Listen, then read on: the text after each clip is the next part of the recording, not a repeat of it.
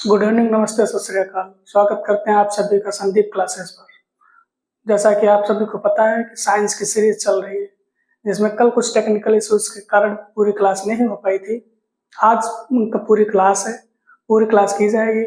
उसमें सारी चीज़ें कवर रहेंगे, फिजिक्स, केमिस्ट्री और बायोलॉजी के सारे क्वेश्चन कवर रहेंगे। और अच्छे तरीके से क्लास कीजिए। वो कितने आपके क्वेश्चन करेक्ट हो रहे हैं कमेंट में ज़रूर बताइए। लास्ट में चैनल को जरूर सब्सक्राइब करिए। चलो स्टार्ट करते हैं आज की क्लास। क्वेश्चन नंबर पहला कह रहा है, कहता है जब एक स्थिर बस चलना प्रारंभ करती है तो उसमें खड़े व्यक्ति पीछे की दिशा में गिर जाते हैं। निम्नलिखित में से कौन सा नियम इस परिस्थिति की व्याख्या करता है? क्वेश्चन का कहने का मतलब है कि कोई भी बस में कोई भी यात्री चल रहा है, तो जब बस चलना स्टार्ट करती है तो उसमें जो खड़ा यात्री है वो पीछे की तरफ अपने आप को धकेलना जैसा महसूस करता है। तो ये न्यूटन का कौन सा नियम इसकी व्याख्या करता है? तो पहला न्यूटन के नियम की बात करेंगे तो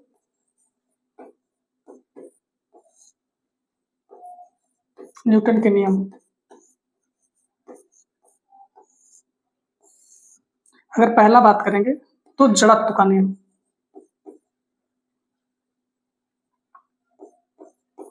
जड़त्व का नियम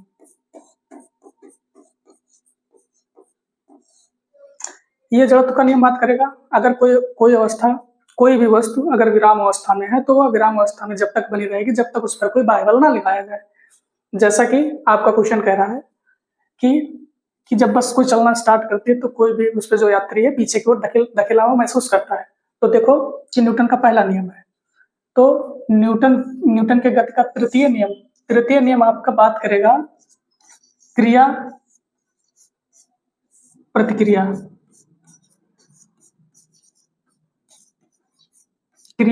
का।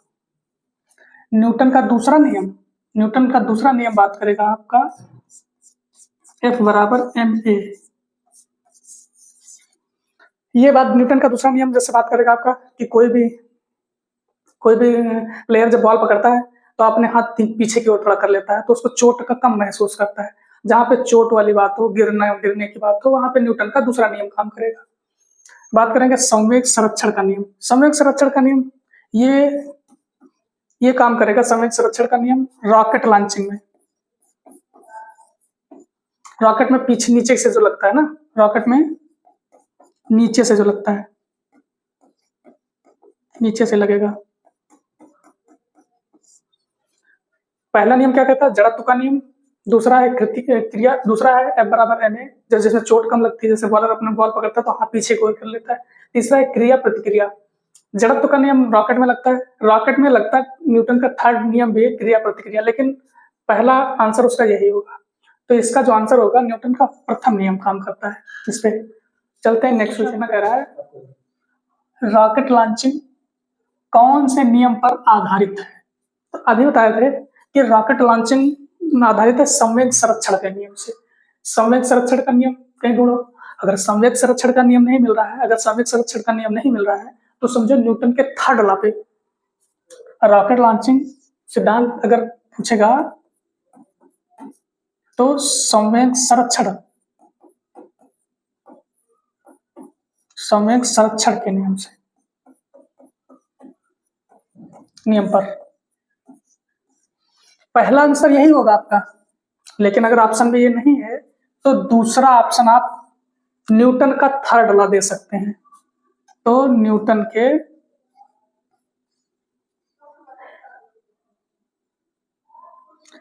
का थर्ड लॉ, तृतीय क्रिया प्रतिक्रिया वाला। तो इसमें देखो न्यूटन का तृतीय लॉ, न्यूटन के तीसरे नियम पर आधारित है रॉकेट लॉन्चिंग का।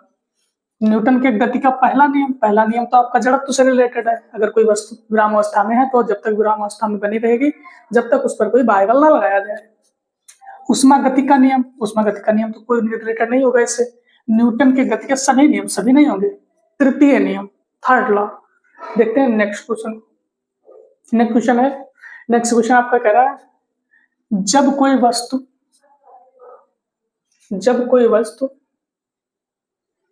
वस्तु एक समान गति से गति कर रही हो तो इसका त्वरण ज्ञात कीजिए। अब देखो त्वरण की बात करेगा, देखो त्वरण बराबर, त्वरण की बात करेंगे तो ए बराबर क्या होगा, ए आपका त्वरण होता है, ये त्वरण है। अब इसमें बराबर क्या होगा, change in velocity, change in वेग by time, change in velocity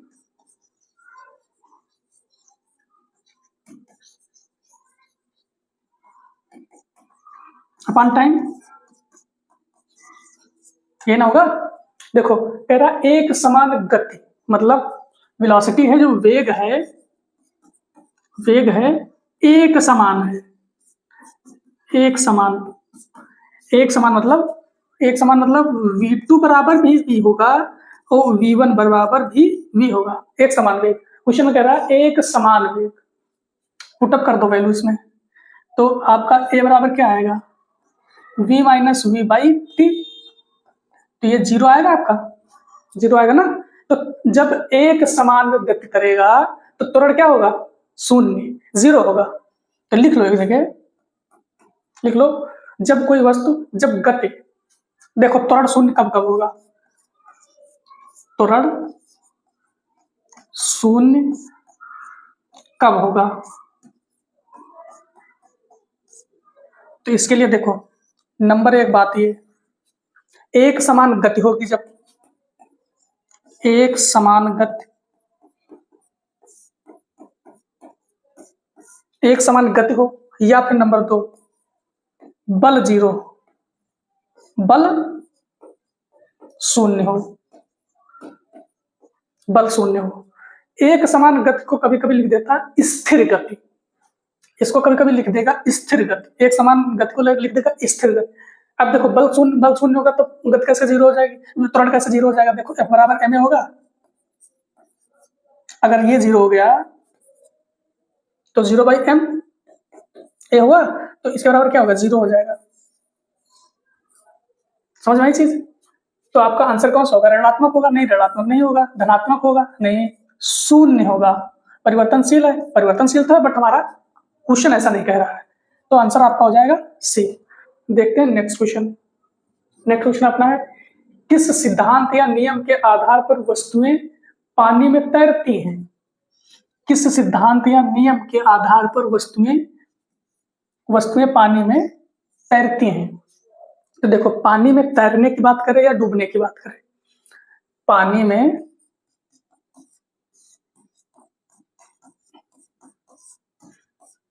तैरने या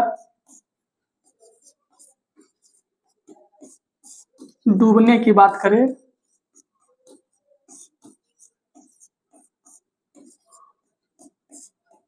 तो आपका प्रिंसिपल जो काम करेगा, तो आर्किमिडीज का सिद्धांत, आर्किमिडीज का सिद्धांत,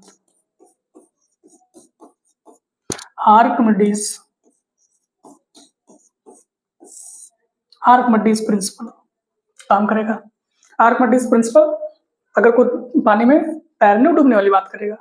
न्यूटन गति का तीसरा नियम, नहीं, न्यूटन गति का तीसरा नियम एक्शन अपोजिट रिएक्शन। फैराडे का नियम, नहीं। ओम का नियम भी बराबर आई आर। वी जहां वी है वोल्ट, आई क्या है करंट, आर क्या है, आर है रेजिस्टेंस, तो क्या होगा, आर्किमिडीज का सिद्धांत। अगर कोई वस्तु पानी में तैर रही है तो आर्किमिडीज के प्रिंसिपल के काम करेगा। देखते हैं नेक्स्ट क्वेश्चन। नेक्स्ट क्वेश्चन है, नाखून काटते समय दर्द नहीं होता है क्योंकि, नाखून काटते समय दर्द नहीं होता है क्योंकि। अब नाखून की बात रहेगी तो नाखून में अगर प्रोटीन पूछेगा, नाखून में कौन सी प्रोटीन पाई जाती है, नाखून में, बालों में और जानवरों के खुरों में। तो नाखून,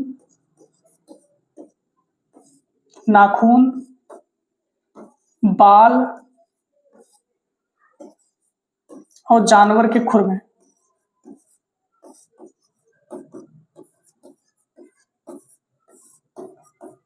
जो प्रोटीन पाई जाएगी वो कैरोटीन कैरोटीन। कहाँ कहाँ? नाक में, नाखून में, बाल में और जानवरों के खुर में। तो क्या कह रहा है क्वेश्चन, नाखून काटते समय दर्द क्यों नहीं होता है? देखो, नाखून कैल्शियम और फास्फेट के बने होते हैं? नहीं, कैल्शियम और फास्फेट की तो बनी होती है आपकी हड्डी, बोन, बोन बनी होती है कैल्शियम और फास्फेट की। नाखून शरीर का बेकार हिस्सा है? नहीं, ऐसा भी नहीं है कि नाखून शरीर का बेकार हिस्सा है, इनमें से कोई नहीं। ये वाला पढ़ लेते हैं, नाखून मृत कोशिकाओं के द्रव द्वारा बने रहते हैं जिनमें रक्त संचरण नहीं होता है। भाई ये सही है, रक्त संचरण तो बिल्कुल नहीं होता है ना, तो नाखून मृत कोशिकाओं से बने रहते हैं, इसमें ब्लड का सर्कुलेशन नहीं होता है। देखते हैं नेक्स्ट क्वेश्चन पे। नेक्स्ट क्वेश्चन अपना है, लिटमस विलयन का बैंगनी कलर है जिसे जाना जाता है, जिसे जाना जाता है। तो कैसे जाना, किसको जाना जाएगा? लिटमस विलेन का एक बैंगनी कलर है। अब देखो लिटमस विलेन, इसको लाइकेन बोलते हैं, लाइकेन, इसको बोलेंगे लाइकेन। लिटमस विलेन पत्र जो होता है लाइकेन का बना होता है। अब लाइकेन किसका किसका मिश्रण होगा? ये कवक प्लस शैवाल, कवक प्लस शैवाल का बना होता है लाइकेन। लाइकेन जिसका कलर अगर की बात करेगा रंग की, तो रंग कैसा होगा? ये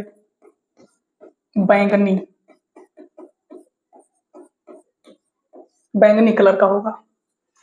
तो हरित मांस का बना होता? नहीं। स्पाइगोएरा नहीं। काई, हाँ काई लाइकेन का बना होता है। लाइकेन का लिटमस विलेन पत्र बना होता है। जो लाइकेन होता है हमारा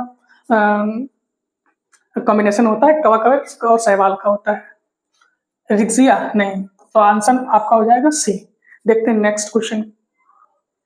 नेक्स्ट क्वेश्चन है, निष्क्रिय लिटमस विलेन पत्र का रंग कैसा होता है? अभी बताएं, निष्क्रिय जिसपे अभी कोई क्रिया नहीं हुई, निष्क्रिय लिटमस विलेन पत्र का रंग की बात करेंगे तो कैसा होगा? बैंगनी।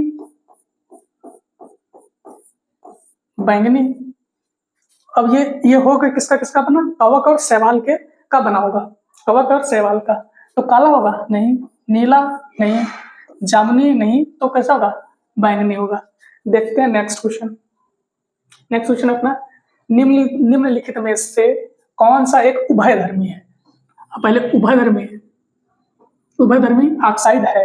तो उभयधर्मी की बात करेंगे तो देखो,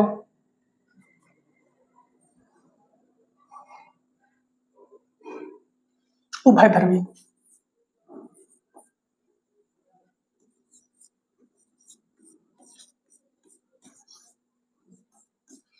किसको बोलेंगे?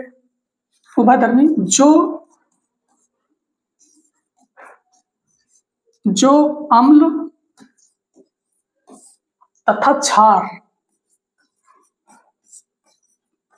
क्षार के गुण रखता हो।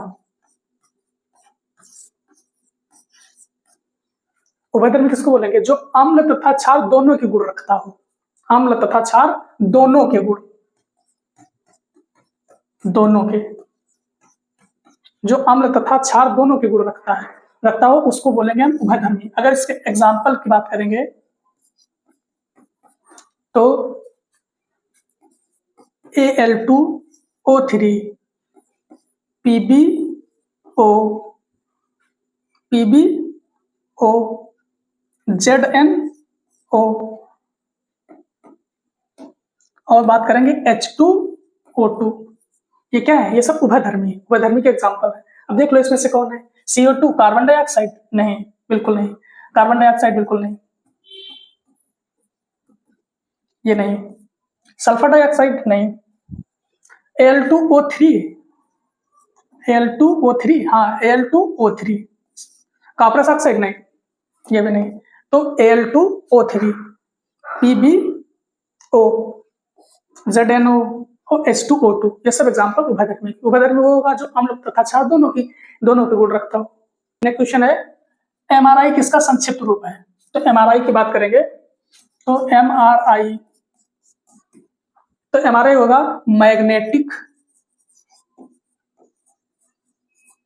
Magnetic resonance imaging.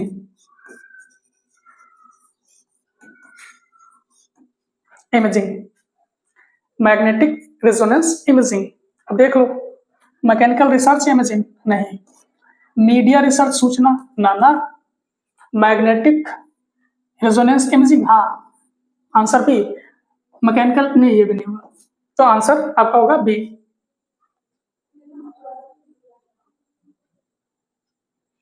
देखते हैं नेक्स्ट क्वेश्चन। वैसे एमआरआई करवाया कब जाता है? एमआरआई होता है बहुत सी छोटी चीजें जाननी रहती हैं, जब बहुत छोटी चीजें, पतली चीजें, जैसे ब्रेन का एमआरआई करवाया जाता है। अगर कोई दिक्कत ब्रेन में होती है, एमआरआई सब चीज का होता है, बट बहुत बहुत अगर बारीक चीज जाननी रहेगी तब एमआरआई करवाया जाएगा। बहुत बारीक चीज जाननी रहेगी जब,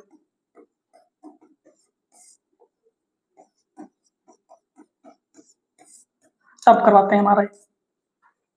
देखते हैं नेक्स्ट क्वेश्चन। नेक्स्ट क्वेश्चन अपना, कौन सा उपकरण ध्वनि तरंगों को विद्युत तरंगों में परिवर्तित करता है? कौन सा उपकरण ध्वनि तरंगों को विद्युत तरंगों में? अब देखो, ध्वनि को विद्युत में कन्वर्ट कर रहा है ना, ध्वनि को विद्युत में कन्वर्ट कर रहा है। तो देखो, एम्पलीफायर क्या करेगा? ध्वनि को खाली बढ़ाएगा, ध्वनि को बढ़ाता, ये ध्वनि को एम्पलीफाई करेगा।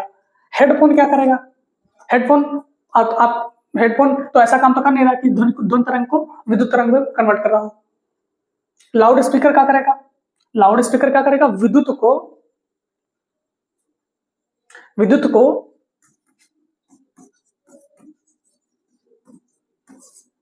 को काहे में कन्वर्ट करेगा? ध्वनि में। किसमें कन्वर्ट करेगा लाउड स्पीकर? ध्वनि को विद्युत को ध्वनि में। ये क्या कह रहा है? ध्वनि को विद्युत में। तो ध्वनि को विद्युत में कौन कन्वर्ट करेगा? ध्वनि को विद्युत में, ये ध्वनि को विद्युत में कन्वर्ट करेगा आपका माइक्रोफोन। तो आंसर ए। ये भी अपना नहीं होगा, लाउड स्पीकर, हेडफोन तो नहीं होगा, एम्पलीफायर भी नहीं होगा। तो जो ऐसा उपकरण जो ध्वनि तरंगों को विद्युत में कन्वर्ट करता है उसको एम्पलीफायर, उसको माइक्रोफोन कहेंगे। देखते हैं नेक्स्ट क्वेश्चन। खाने का नमक किससे बना होता है? अब खाने के नमक की बात करेंगे। खाने का नमक, अगर इसके फार्मूले की बात करेंगे तो NaCl। बना किससे होगा? स्ट्रॉन्ग एसिड प्लस स्ट्रॉन्ग क्षार, स्ट्रॉन्ग बेस।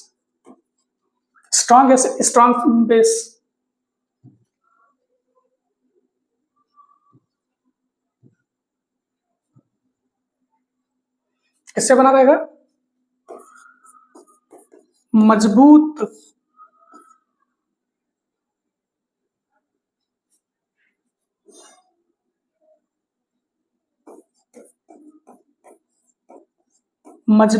अम्ल प्लस मजबूत क्षार।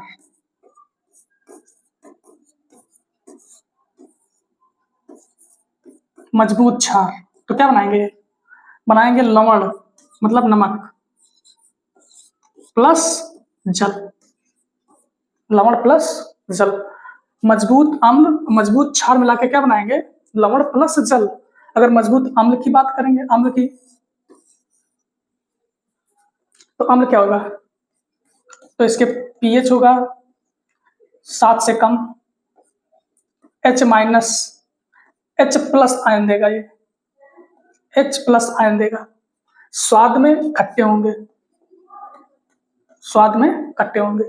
अगर क्षार की बात करेंगे तो स्वाद में तीखे होंगे। अगर pH की वैल्यू करेंगे तो मोर देन 7, और ये OH माइनस आयन देंगे। तो क्वेश्चन पढ़ लो, एक मजबूत अम्ल और एक कमजोर क्षार, ना ना, अम्ल तो मजबूत होगा, क्षार कमजोर नहीं होगा, मजबूत ही होगा। एक कमजोर अम्ल, मजबूत क्षार, ना ना, मजबूत अम्ल भी और मजबूत क्षार भी।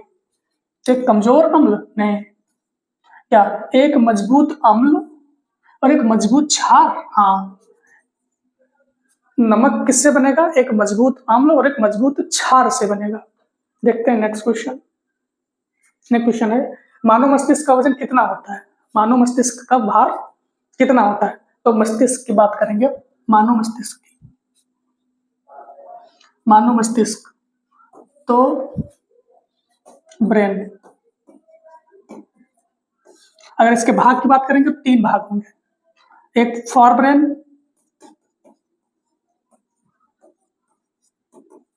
एक मिड ब्रेन, एक हिंड ब्रेन। अगर ब्रेन में सबसे बड़ा भाग कौन होगा? तो सबसे बड़ा भाग आपका फॉर ब्रेन, बड़ा भाग, बड़ा भाग ही होगा। अगर ब्रेन के वेट की बात करेंगे तो फीमेल 1350 ग्राम, अगर मेल की बात करेंगे तो 1400 ग्राम। Okay, brain. अब देखो, ब्रेन में अगर हड्डियों की बात करेंगे, इसको जो ब्रेन को कवर करके रखता है पूरा, तो 8 रहेंगी, 8 हड्डियां जो ब्रेन को कवर करके रखेंगी। ओके, आप देखते हैं। और हाँ, ये कुल कुल कुल बॉडी के वजन का, कुल बॉडी के वजन का लगभग 2% होता है। 2% भार होगा, 2%, 2% भार होता है। देख लो बंसर, शरीर के कुल वजन का 15% होगा? नहीं, 15% बिल्कुल भी नहीं होगा। शरीर के कुल कुल वजन का 12% होगा? नहीं। शरीर के कुल वजन के लगभग 8% होगा? नहीं। शरीर के कुल वजन का 2% होगा? हाँ, 2% होगा। शरीर के कुल वजन का लगभग 2% होगा मस्तिष्क का वेट। अगर वुमेन में देखेंगे तो 1350, मेन में 1400 ग्राम। अगर इसको ब्रेन को कवर करने वाली हड्डियों की बात करेंगे तो 8 रहेंगी। मस्तिष्क को 3 भागों में बांटते हैं, जैसे for brain, mid brain, hind brain. सबसे बड़ा भाग रहेगा तो फॉर ब्रेन। देखते हैं नेक्स्ट क्वेश्चन। नेक्स्ट क्वेश्चन अपना, तीसरे सेल में इलेक्ट्रॉन की अधिकतम संख्या। तीसरे सेल में इलेक्ट्रॉन की अधिकतम संख्या। वैसे इलेक्ट्रॉन की संख्या होती है कितने? इलेक्ट्रॉन की अधिकतम संख्या तो इलेक्ट्रॉन की आखिरी कक्षा में, आखिरी कक्षा में इलेक्ट्रॉन कितने होंगे? देखो, 2n² होंगे। ठीक, अब देख लो, KLMN, पहली कक्षा, दूसरी कक्षा, तीसरी कक्षा और चौथी कक्षा। n क्या है? कक्षाओं की संख्या है। n क्या है? कक्षा की संख्या।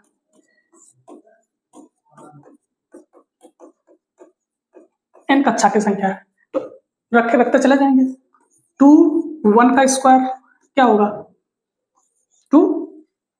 अब 2 रखेंगे, n की जगह कितने रखेंगे? 2।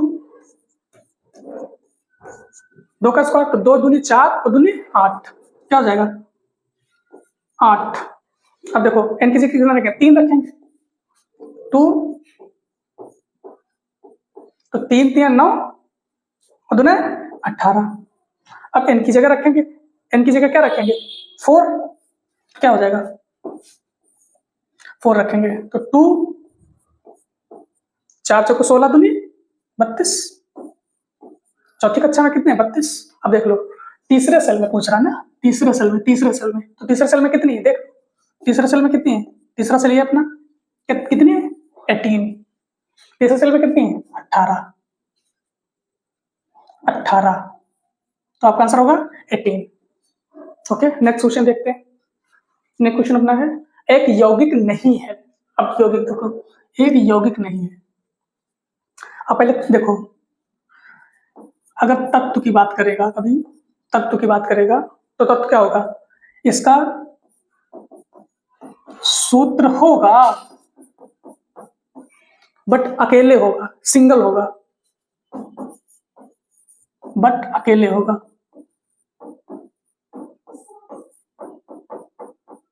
याद करने का तरीका यही है, ऐसे याद आप भी रखो।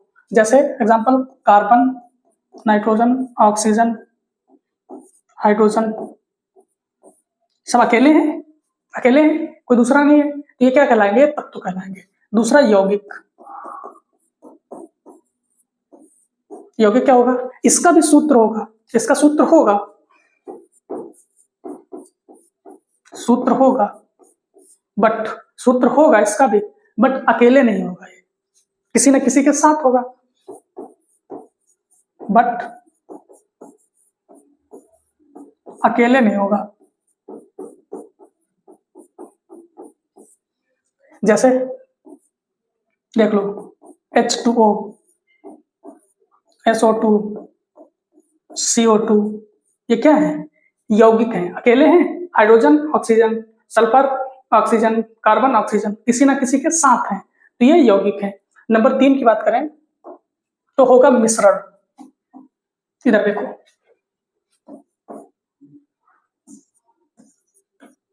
मिश्रण, मिश्रण में क्या रहेगा?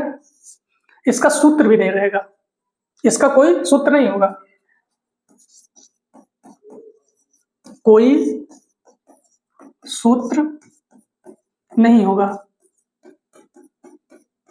इसका कोई सूत्र नहीं होगा। भाई कभी सुने हो क्या कि चीनी के घोल का कौन सा सूत्र है, या फिर का नाम हवा का सूत्र है? ऐसा तो कुछ सुने नहीं हो, तो इसका मिश्रण का कोई सूत्र नहीं होगा। अब देखो कह रहा कि कौन सा यौगिक नहीं है, यौगिक नहीं है। अगर यौगिक नहीं है तो क्या होगा? या तो तत्व होगा या तो मिश्रण होगा। अगर यौगिक नहीं है तो क्या होगा? या तो तत्व होगा या तो मिश्रण होगा।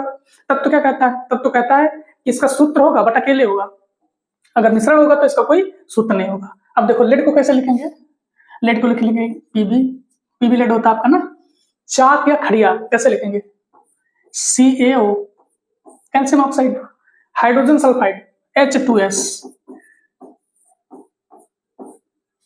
Sulphur dioxide, SO2। अब देखो कह रहा था यौगिक नहीं है, यौगिक नहीं मतलब या तो तत्व होगा या तो तत्व होगा, यौगिक नहीं है या तो तत्व होगा या तो मिश्रण होगा, दो में से एक होंगे ना, या तो तत्व होगा या तो मिश्रण होगा। तो अगर तत्व होगा तो उसका सूत्र अकेले होगा, अगर मिश्रण होगा तो कोई सूत्र नहीं होगा। तो देखो सूत्र तो सबके हैं, सूत्र तो सबके हैं, तो मिश्रण तो होगा नहीं, मिश्रण तो होगा नहीं। अब तत्व होगा तो तत्व में सूत्र के साथ अकेला रहेगा, क्योंकि ये देखो ये भी यौगिक है, सल्फर डाइऑक्साइड 2 के साथ है, ये भी यौगिक, ये भी यौगिक है, ये भी यौगिक है। पीबी लेड क्या है? अकेले है, देखो ना। तो ये है, ये क्या है? ये है तत्व, ये तत्व है, ये तत्व है ना। तो यौगिक नहीं है तो मतलब ये तीनों तो यौगिक है ना। तो इसके मतलब आंसर होगा आपका लेड, क्योंकि ये यौगिक नहीं है, ये है तत्व। देखते हैं नेक्स्ट क्वेश्चन आपका कि इनमें कौन सा रासायनिक परिवर्तन नहीं है। अब रासायनिक परिवर्तन देखो, रासायनिक परिवर्तन, रासायनिक परिवर्तन,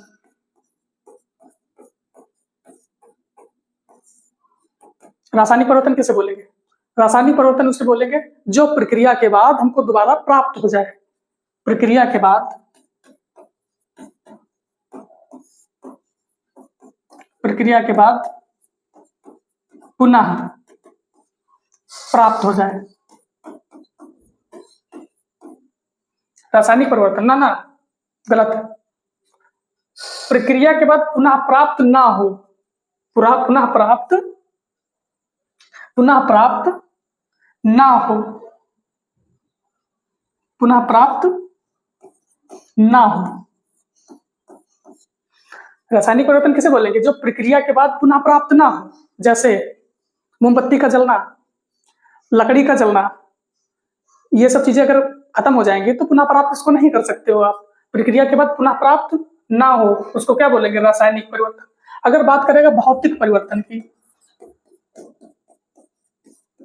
अगर बात करेगा भौतिक परिवर्तन की, तो भौतिक परिवर्तन वो परिवर्तन होगा ना जिसमें प्रक्रिया के बाद वो पुनः मिल जाए हमको, प्रक्रिया के बाद, प्रक्रिया के बाद पुनः मिल जाए।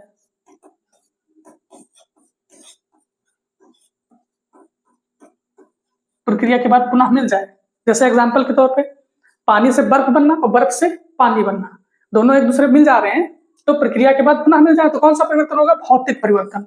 अब देखो क्वेश्चन क्या कह रहा है, इनमें कौन सा रासायनिक परिवर्तन नहीं है? नहीं तो जरूर देखना है, कौन सा रासायनिक परिवर्तन नहीं है? तो रासायनिक परिवर्तन नहीं है मतलब इसका मतलब भौतिक परिवर्तन होगा ये। तो अब देखो प्लेटिनम तार का जलना, प्लेटिनम तार का जलना, भाई प्लेटिनम अगर कोई चीज जल जाएगी उसको दोबारा प्राप्त कर पाओगे? नहीं ना प्राप्त कर पाओगे। तो अगर प्लेटिनम तार का जलना ये रासायनिक परिवर्तन है, ये रासायनिक परिवर्तन। लोहे में जंग लगना, अगर किसी चीज में जंग लग गई उसको दोबारा पुनः प्राप्त कर पाओगे? नहीं कर पाओगे। तो जिसको हम पुनः प्राप्त नहीं कर पाएंगे वो होगा रासायनिक परिवर्तन। तो ये भी रासायनिक परिवर्तन होगा आपका, रासायनिक परिवर्तन। अब देखो ईंधन का दहन, ईंधन का जलना, अगर ईंधन जल जाएगा तो उसको पुनः प्राप्त कर पाओगे? नहीं प्राप्त कर पाओगे। तो इसके मतलब जब कोई चीज जलना, ईंधन का दहन, ये भी रासायनिक परिवर्तन है, ये भी रासायनिक परिवर्तन है। तो रासायनिक परिवर्तन है। अम्लीकृत जल का वैद्युत अपघटन, अम्लीकृत जल का वैद्युत अपघटन, ये आपका भौतिक परिवर्तन है, इसको हम पुनः प्राप्त कर सकते हैं। देखते हैं नेक्स्ट क्वेश्चन। नेक्स्ट क्वेश्चन अपना है, नेक्स्ट क्वेश्चन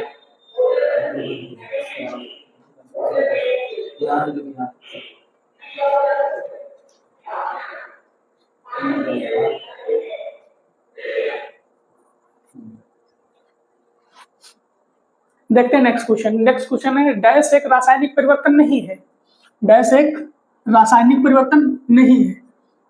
रासायनिक परिवर्तन के बारे में अभी बताया, रासायनिक परिवर्तन वो परिवर्तन जो प्रक्रिया के बाद पुनः प्राप्त ना मिले, पुनः प्राप्त ना हो, हमको पुनः प्राप्त वो चीज ना मिले उस तरीके से, तो रासायनिक परिवर्तन। भौतिक परिवर्तन वो परिवर्तन होगा जो हमको प्रक्रिया के बाद मिल जाए, जैसे पानी से बर्फ बनना, बर्फ से पानी बनना। अब देखो रासायनिक परिवर्तन नहीं है तो इसका मतलब भौतिक परिवर्तन होगा।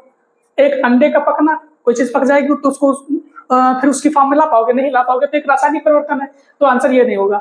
अब देखो एक आइस क्यूब का पिघलना, केक को ब्रेक करना, केक को ब्रेक करना, अगर कोई चीज तोड़ दोगे, खा लोगे तो उसको उस फॉर्म में ला पाओगे? नहीं ला पाओगे। केला सड़ना, कोई चीज सड़ जाएगी तो उसको दोबारा कहाँ फॉर्म कर पाओगे? तो ये सारे क्या है? रासायनिक परिवर्तन है। ये अंडा का पकना है रासायनिक परिवर्तन। अब क्यूब का, आइस क्यूब का पिघलना मतलब तुम्हारा ठोस से या बर्फ से पानी बन रहा ना, तो पानी से भी तो बर्फ बन जाएगा। तो ये कौन सा परिवर्तन है? ये है भौतिक परिवर्तन, भौतिक परिवर्तन है, भौतिक परिवर्तन होगा। तो पूछ रहा रासायनिक परिवर्तन नहीं है, तो रासायनिक परिवर्तन ये भी है, केला केक का ब्रेक होना भी है और केला सड़ना भी है। तो हमारा कौन है? आइस क्यूब का पिघलना, ये भौतिक परिवर्तन। तो आंसर होगा आपका बी। देखते हैं नेक्स्ट क्वेश्चन। नेक्स्ट क्वेश्चन है डैश एक शुद्ध पदार्थ है, डैश एक शुद्ध पदार्थ। अब देखो शुद्ध के बारे में, अगर शुद्ध की बात करेगा ना, शुद्ध, तो शुद्ध में आएगा तत्व यौगिक दोनों, तत्व और यौगिक दोनों। और तत्व के बारे में सूत्र होगा इसका, तत्व का सूत्र होगा बट अकेले होगा, यौगिक सूत्र होगा बट किसी ना किसी के साथ में होगा, जैसे H2O, sulphur dioxide, carbon dioxide, किसी ना किसी के साथ में होगा। तब तो क्या होगा? अकेले होगा। अगर अशुद्ध की बात करेंगे, अशुद्ध, तो ये होगा आपका मिश्रण। मिश्रण क्या होगा? अशुद्ध। और सबसे बड़ी, और मिश्रण का क्या, कोई फार्मूला नहीं होगा, कोई सूत्र नहीं होगा, मिश्रण का कोई सूत्र नहीं होगा। जैसे आप कभी सुने हो कि घोल का कोई सूत्र होगा, हवा का कोई सूत्र होगा, कोई सूत्र नहीं होगा। तो देखो शुद्ध पदार्थ होगा, शुद्ध पदार्थ या तो तत्व होगा या तो यौगिक होगा, दोनों में से एक होगा। अगर तत्व होगा तो सूत्र अकेले होगा, अगर यौगिक होगा तो सूत्र होगा किसी न किसी के साथ में होगा। अब देखो चीनी का घोल, चीनी का घोल तो अशुद्ध है क्योंकि ये मिश्रण है, ये है मिश्रण। मीथेन, मीथेन कैसे लिखोगे? CH4 methane. दूध, दूध क्या है? मिश्रण है। वायु क्या है? वायु मिश्रण है, वायु मिश्रण है ना। कोई फार्मूला पढ़े ना वायु का? सभी गैसों का मिश्रण है। देखो तब शुद्ध कौन होगा? या तो तत्व या तो यौगिक। तो इसमें देखो मीथेन क्या है? यौगिक है। तो शुद्ध कौन सा हुआ? यौगिक, यौगिक हुआ और यौगिक में मीथेन हुआ। देखते हैं नेक्स्ट क्वेश्चन। नेक्स्ट क्वेश्चन अपना है हवा एक है। हवा क्या है? हवा पहली बात तो मिश्रण है, भिन्न भिन्न गैसों का मिश्रण है। अब देखो भिन्न भिन्न गैसों का मतलब क्या है? यह है मिश्रण, मिश्रण है। अब कौन सा मिश्रण है? देखो हवा तत्व और यौगिक दोनों का मिश्रण होगा। देखो कैसे भाई, एटमॉस्फेयर में कार्बन भी मिलेगा, हाइड्रोजन भी मिलेगा, ऑक्सीजन भी मिलेगा, नाइट्रोजन भी मिलेगा, और दूसरा एटमॉस्फेयर में कार्बन डाइऑक्साइड भी मिलेगा, सल्फर डाइऑक्साइड भी मिलेगा, वाटर वेपर भी मिलेगा, पानी भी मिलेगा, सब मिलेगा कि नहीं? तो एयर कार्बन डाइऑक्साइड का और कार्बन का, हाइड्रोजन का, ऑक्सीजन का, सब का मिश्रण होगा। तो देखो ये ऊपर वाले क्या हुए? ये तो अकेले हैं ना, अकेले हैं तो ये हुए तत्व, ये तत्व हुए ना। ये जब अकेले हैं तो ये तत्व हुए, ये किसी ना किसी के साथ में है तो ये क्या हुए? ये यौगिक हुए। तो हवा क्या हुई? हवा क्या हुई? हवा मिश्रण हुई। मिश्रण क्या है? हवा। तो अगर बात करेंगे मिश्रण क्या है? तत्व और यौगिक का मिश्रण है। मिश्रण हवा क्या है? तत्व और यौगिक का मिश्रण है। तो क्या है? केवल तत्वों का मिश्रण है ना, केवल मिश्रणों का मिश्रण? हाँ, शुद्ध मिश्रण है। शुद्ध तो बिल्कुल नहीं है, ये तो अशुद्ध है। तो दोनों तत्व और यौगिक का मिश्रण है, ये आपका आंसर होगा। क्या होगा? दोनों तत्व और यौगिक दोनों का मिश्रण होगा हवा। देखते हैं नेक्स्ट क्वेश्चन। नेक्स्ट क्वेश्चन अपना है मानव शरीर में दो हड्डियां आपस में कैसे जुड़ी रहती हैं? मानव शरीर में दो हड्डियां आपस में कैसे जुड़ी रहती हैं? अब देखो मान लो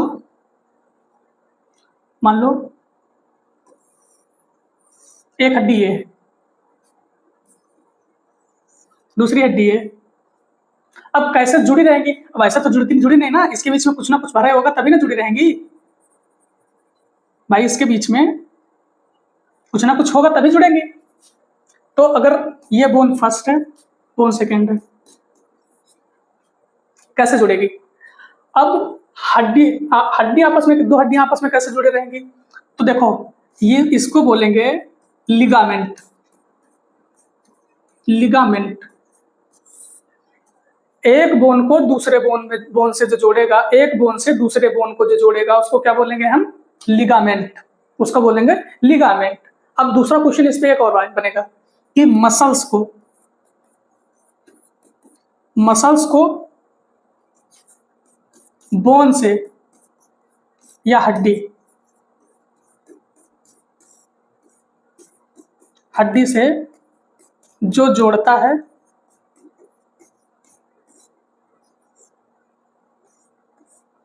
कौन जोड़ता है? कौन जोड़ता है? तो ये जोड़ेगा आपका टेंडन। टेंडन मतलब जैसे मान लो ये आपकी बोन हुई और इधर पूरी मसल्स है, ये पूरी मसल्स, ये मसल्स है, तो ये मसल, ये बोन कैसे जोड़ेगा? तो ये जोड़ेगा टेंडन, ये टेंडन जोड़ेगा।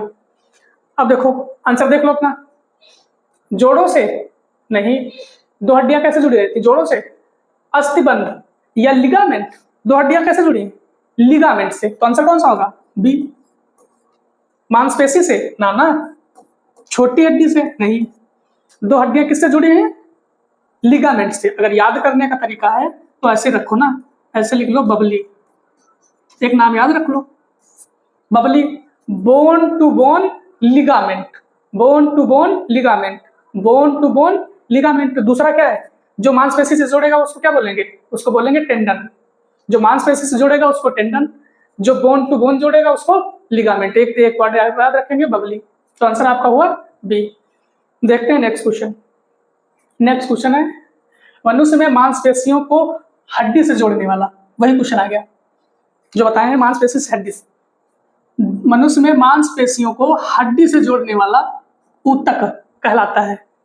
अब मांसपेशी से हड्डी जो जोड़ रहा है, मांसपेशी से जो हड्डी जोड़ेगा तो उसको क्या बोलेंगे, इसको बोलेंगे हम टेंडन, टेंडन बोलेंगे। अब टेंडन देख लो कहाँ है, तंत्रिकाक्ष ना, उर्विका ना, तंतु कांडरा, कांडरा। अब देखो टेंडन को अगर हिंदी में बात करेंगे तो कांडरा भी बोलते हैं, तो कंडरा। आंसर होगा आपका ए, टेंडन। आंसर होगा ए। तो आपको कैसी लगी ये क्लास आज की, आपके कितने क्वेश्चन करेक्ट हुए हैं कमेंट में जरूर बताइए। आपको रेगुलर क्लास मिलती रहेगी और जितने का क्वेश्चन आपके करेक्ट हो रहे हैं कमेंट में डेली बताते रहिए, और कुछ जो कमियां रह रही वो भी कमेंट करते रहिए। अगर क्लास अच्छी लगी तो लाइक करिए, चैनल को सब्सक्राइब करिए और दोस्तों अपने शेयर करिए। Thank you.